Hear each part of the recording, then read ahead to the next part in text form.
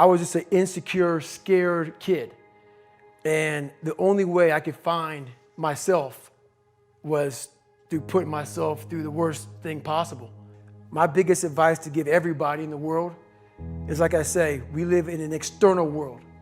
Everything is you got to see it, touch it, it's external.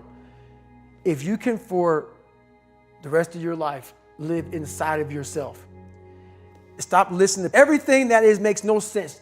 All these insecure people putting their insecurities on you, you got to flush it out. You got to just be whoever the hell God or whatever the hell you believe in. If you believe in nothing but yourself, I don't care what it is. You got to take everything and throw it away. You have to believe in one thing, and that is yourself. And I'm not saying don't believe in God or what you believe in, but right now, for you to find greatness in yourself, you're not going to find it by looking in a book or by even hearing me. I may give you the spark, but you've got to go inside yourself to find it. And that means you got to be quiet. Go in a room, stop talking, search your soul, search your mind, search your abilities, and you'll find it. But if you're not looking for it, you won't find it. So you got to go start your journey. And the journey starts with you finding, why the hell am I here on this planet Earth? Why am I here? And if you don't know that, you will live the rest of your life searching, always asking the question, why? Well, it was pretty crazy for me. It took a while to get to that point where enough was enough. What happened, I came home one night from work spraying for cockroaches. And long story short, I turned on the Discovery Channel. I saw some guys going through Navy SEAL training. And they were going through Hell Week and they were getting their ass just beat. You know, in and out of the water, guys ringing the bell. They were just suffering. And I was weighing like 297 pounds. And I had to make a change in my life. You know, I was at an all-time low and I wasn't going anywhere. And I was exactly what everybody said I was going to be, which was nothing. So I had to make a change. No one was helping me out. My dad made my mom kind of irregular. So she worked 3 jobs, went to college full time, so she was never around. One time this person drew a picture of me and said, "We're gonna kill you," on my Spanish notebook. And I took it to my principal. And my principal said, "They spelled Niger." That was the best advice he can give me. So long story short, what I realized was no one was here to help me. I started shaving my head when I was 16 years old. And the feeling I had every morning when I looked in the mirror was horrible. And I didn't want to feel like that anymore. And how I felt was a kid going nowhere, a kid that was scared. And most kids will accept that and look for help. But the best thing that happened to me, no one helped me. No one felt sorry for me. No one looked at me and said, like this day and age, they'll take you in and they'll tell everybody, stop picking on this person. Back then, they didn't care. The KKK marched in our 4th of July parades. They had to stay 100 yards back, but they marched in it. Wow. That's how this town was. And my mom cared about me, but my dad took our soul. And she did the best she could. I had to figure out I wasn't going to be a punk kid all my life. So the only way I could turn it around was to suffer. I had to build calluses in my brain the same way I built calluses on my hands. So I broke the Guinness Book of World Records for pull-ups a long time ago, but I failed at it twice. And I did 67,000 pull-ups in trying to break this record. So to do 4,030 pull-ups, I had to do 67,000 for training for that. And so what I realized is for me to become the man I wanted to become, I saw myself as the weakest person God ever created. But I never blamed God for anything he did to me.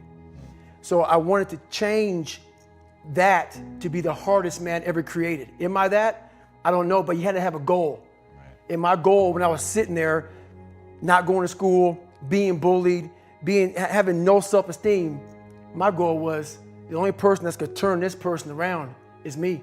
And the only way I can turn it around is put myself through the worst things possible a human being can ever endure.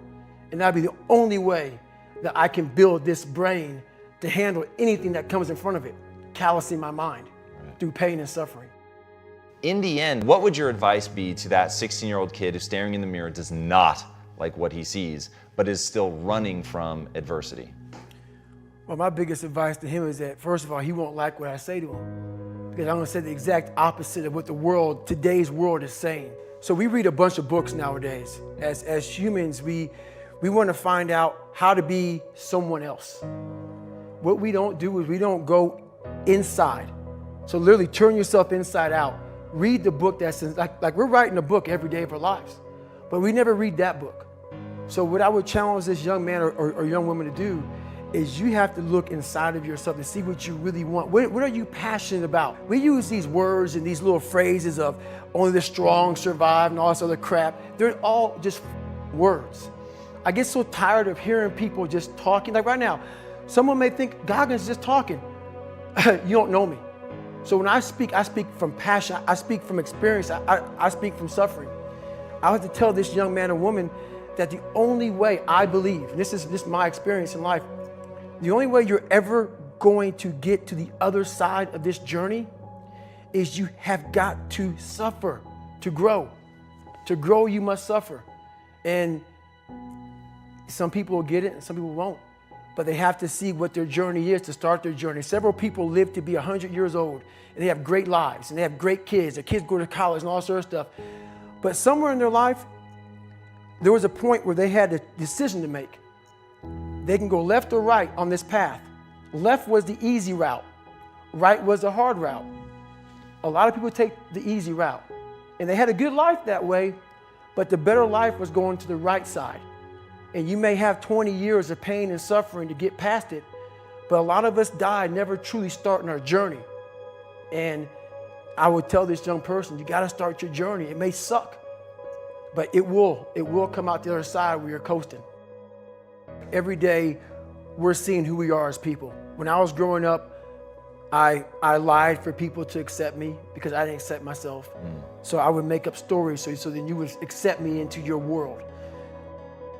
Everything I did was for someone else to like me. It wasn't until I started reading my own book about how pathetic I was as a human being.